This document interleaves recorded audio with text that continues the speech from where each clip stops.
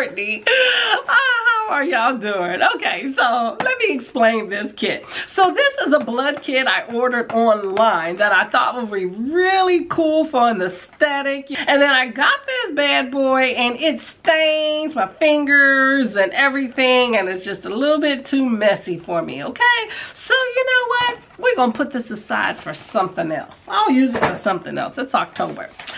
Anyway, I'm here for the wrap up for the month of September. September had a lot of things going on. I participated in 7 Readathon / challenges. That was the Mystic Readathon, hosted by Nell at Nell Diamond and a whole slew of other hosts. I was the host of Team Vampires. There was the Goddess Complex Readathon, hosted by Beatrice's Book Nook, and I was Team Aphrodite, gotta have love.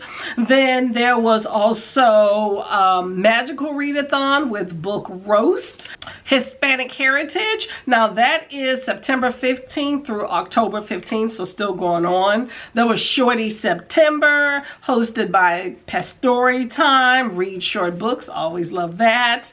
You also have Banned Books Week, which was right there towards the end of September. And you also have Booking It with Tia, where you had Read Your Library. Got a cool bingo card here. You didn't get a bingo, but you know what? Your girl tried. I was close. So of all of those 7 readathons, I think I said them all, I read 11 books. So let's talk about these 11 books, okay? So the first book was The Compton Cowboys. Now, The Compton Cowboys tells the story of modern day black urban cowboys on this ranch in Compton, California. There's this like subculture that you don't normally hear of. So, you know, unlike that Asia girl on TikTok that, you know, says black people aren't country, baby, eat your heart out, okay? And then kick rocks. Blacks, Mexicans, cowboys, they've all been around for a minute, okay? So if you have some biasness out there, definitely check them at the door. But you have cowboys, you have cowgirls, and they come in all colors, shapes, and sizes. Now, these communities go through a lot more than others. You know, you have like drugs and violence, racism, police brutality, and, you know, lack of funding, lack of investment, you know, lack of empathy for the people. So there's definitely some unique challenges and difficulties that they go through. Also, these communities are trying to save the youth and make a difference in the youth's life through the use of horses and programs like that. So I really did like that. Very enlightening. I will say I did like the quote in this book. It said, "For some people, the streets raised us, but horses saved us." Check it out. Very good book. Then we had, oh my gosh, okay. Okay, so we had The Glass Castle. Okay, now this is a memoir by Jeanette Walls, who, you know, I had never heard of. I guess she's a former gossip columnist for MSNBC. And she tells about her childhood and growing up in this very dysfunctional, irresponsible environment with her parents who, you know, have very creative explanations for all of their shortcomings. But I will say I was not invested in this book, and I DNF'd it at about the 52% mark because I wasn't really invested in her, and I called some credibility into her story. But if you like some creativity, there you go.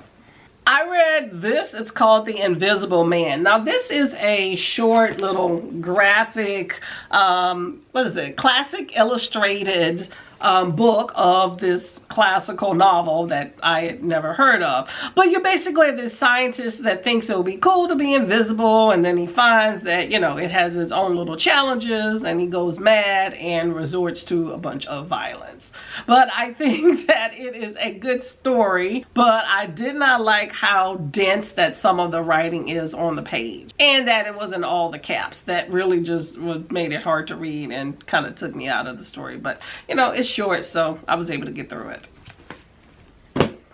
And then you have these 2 little cute little books. It's so adorable, right? Now you have an elderly lady is up to no good and an elderly lady must not be crossed. So this is about a 88-year-old woman named Maud who just happens to leave a trail of dead bodies wherever she goes. But, you know, who suspects some little old lady from Sweden, you know, with a cane and a walker, right? But it was a cute story. The books are really cute as well, and it was a quick read. I really did enjoy Maud's story for sure.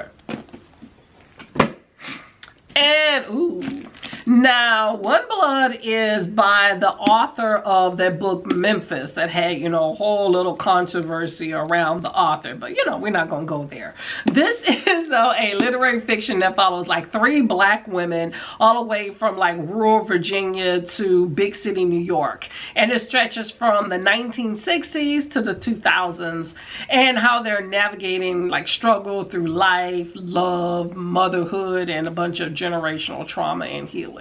I thought that it was really great writing that was very thoroughly fleshed out and was beautifully written. It sounded very authentic as well. But I did feel that there was just a whole lot of tangents in telling the story that I could have done without. But I did like all the relevant topics about injustice that has occurred in the United States of America. Like you have Jim Crow laws of the 1960s, all the commonality of sexual assault of young girls by males in the families and the girls being blamed for that as being fast. And you have the idea that a girl should just be happy that they find a good man and raise a family. Like that is what we should be striving for as our ultimate goal in life. And that there's nothing more that we should be striving for. And that we should be happy with that.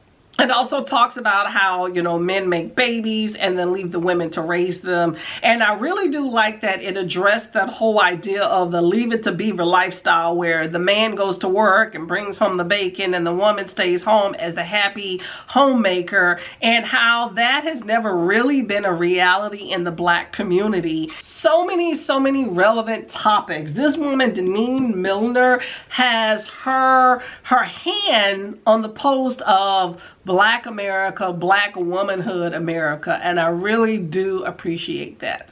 So overall, I enjoyed this book. I do wish the ending would have been wrapped up in something that was more of a combined way for the characters. But you know, it is what it is. But good book, good book, good book. And let's see. Oh, okay. Then we picked up River Mama. This is a magical realism and it's a debut novel, right? Now, it's set in Canada where you have a group of Jamaican Canadians in their mid-20ish, I will say, that they are searching for this missing comb for this water deity who threatens to basically let the waters run dry if they don't find it. It had a very unique plot, and I loved how it was told with the immersion of Jamaican culture, with the folklore, the myths, the gods, the food, the language, all the dialect. It was just really unique, and that was a really good inclusion into it. I loved how the characters liked to switch from their native tongue when they got passionate around each other, and that was really cool. I loved all the conversations about a cultural appropriation and people not respecting the gods. And I like that you had a lot of action and adventure in the book, as well as a lot of comedy thrown in. So that was pretty cool. Definitely very heartfelt too.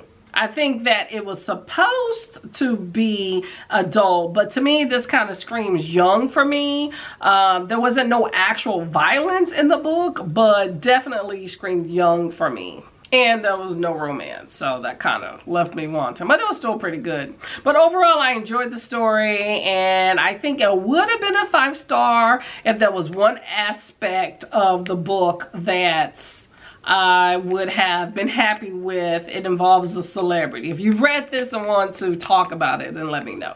Okay, so another book that I read, I only had an audio for this, but it was really good. Now, I got this recommendation from, what was this? The Bukamoso Book Club. It's some South African booktubers, right? So this book is called Only Fatty Bum Bum Matters Tomorrow. Really awesome book. So it's a literary fiction told from the POV of several women in Nigeria as they like navigate life and relationships, societal expectations, and you know, their family bonds and conflicts and trauma and all that stuff, right? So it starts with this one woman who wants to enhance her buttocks, you know, to be more desirable in her opinion. Which is really sad. So many women do that to appease others. And most of the time, to me, it's a hot mess. They don't even look right half the time. But anyway, I enjoyed the variety of the women's stories that were samples showing, you know, that all women are definitely not alike. And I will say this. For people that tend to speak freely, especially around children, think about it, because that leaves an impression upon that young mind that may forever change what they think about themselves. I personally have heard some people say things to young people that I know they obsessed about years later. So just think about that, okay? But overall, I did think that it was a great book and I did enjoy it. Definitely written well. So I have this 2-book series. Now this is part of the whole banned books, okay? This is Persepolis 1 and Persepolis 2, okay? I will say I enjoyed this one better than this one. But it's basically an illustrated nonfiction memoir about this woman, Marjane Satrapi, about her growing up during the Islamic Revolution in Iran. And then she moved to Europe and she's celebrating her freedom and embracing, you know, Western culture, while also trying to, you know, remain true to herself. Now, this is just her story. However, it is a history lesson on Islam, war, politics, and rebellion. So I thought it was really good, and I'm definitely glad that I stuck with it. I just felt that the writing was, you know, kind of dense for me, and that kind of threw me off a little bit. But I really did enjoy it, and I'm glad that I stuck with it. If you want to find out, by the way, more about banned books, go to ala.org and find out about banning books, because it's definitely not okay, okay?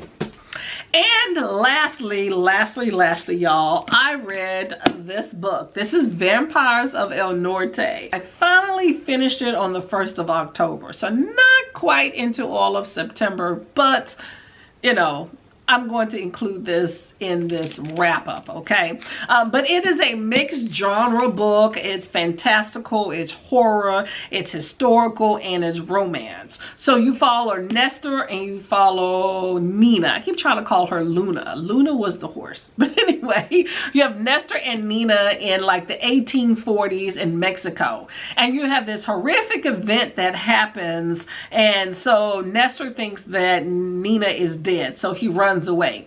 Fast forward about 9 years later, he comes back and realizes she's alive. But Nina's, you know, she's a bit upset because she thinks that Nestor abandoned her. And then you start this, you know, slow burn romance throughout the book, right? Now, with all of that, you also have Mexicans fighting with the Anglos that are coming over the border, attempting to take over Mexican land. And you know how that plays out with history, right? But you also have this blood-sucking creatures that's going around killing people, so they got to navigate that too. But I thought the book was good. I do think that it was slow paced and unevenly paced. I felt like at times it was really quick, like they would heal people and it'd be like that. And then other times it's like 3 pages of feelings. So I just feel like it reads like a psychological suspense novel with horror elements to it. But I still think it's worth reading.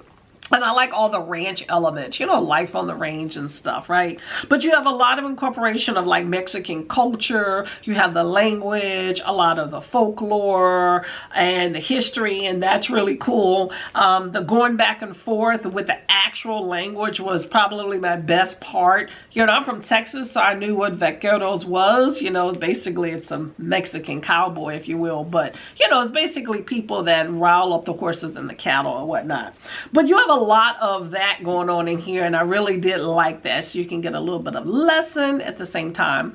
But overall, I thought it was a cute love story between Nestor and Nina. And I loved how gentle and thoughtful Nestor was with Nina. But I do think that her mama can kick rocks and her daddy too. So anyway, but this book is a good time. Okay, I recommend it. And is that it? Is it? I believe that is it. That is all I have for the month of September. Okay, so let me know what your favorite book was for September, and if you've read any of these that I have strewn around the floor. Okay, so I'm gonna get together and see what I'm going to read in November. Like, subscribe, and comment, and I'll see y'all later. Bye bye.